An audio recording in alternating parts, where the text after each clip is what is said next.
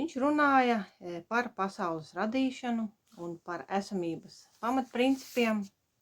Un kā jau daudzās tautās, arī Ķīnā tika uzskatīts, ka pasaules pirmsākumos bija hauss. Tā ir viena no versijām.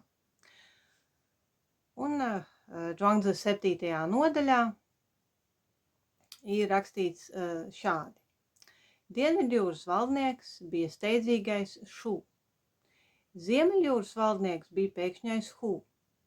Centra valdnieks bija plūstošais Haoss.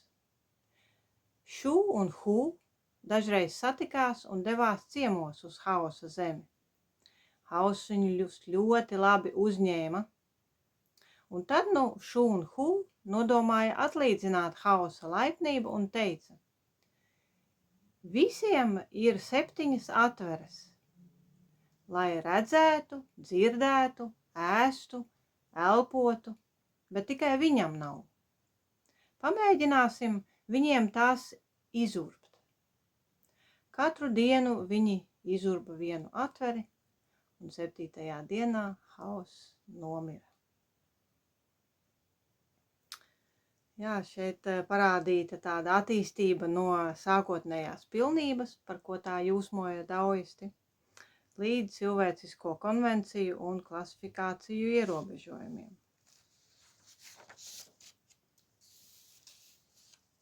Arī 2. nodaļā ir stāstīts par sākumu pirms sākumiem, par to, kas ir pasaules pamatā un uz kā balstās mūsu dzīve. Ir tas, kam ir sākums. Ir sākums bez sākuma. Ir vēl neiesācies sākums bez sākuma. Ir eksistence un ir neeksistence. Ir eksistence un neeksistence bez sākuma. Ir vēl nesākusies eksistence un neeksistence bez sākuma. Pēkšņi rodas eksistence un neeksistence. Un nav zināms, kas īsti eksistences un neeksistences rezultātā ir esošais un kas ir neesošais.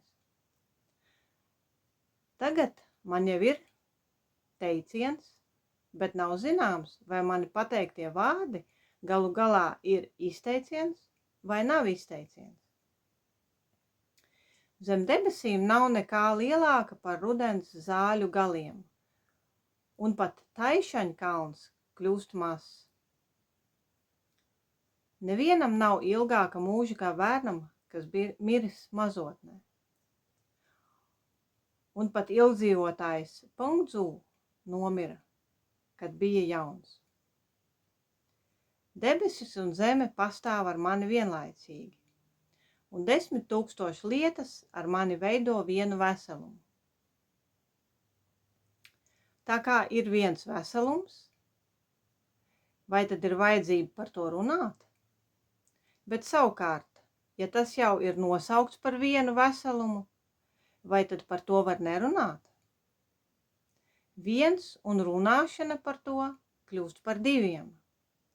2 un 1 kļūst par 3, sākot no šī un ejot tālāk, pat prasmīgi matemātiķi nevarētu sasniegt galu, kur nu vēl parasti cilvēki. Ja jau no neeksistences līdz eksistencei sanāk 3, kur nu vēl saskaitīt visu no eksistences līdz eksistencei? Nevajag iet tālāk, bet gan ņemt par pamatu to, kas ir un viss.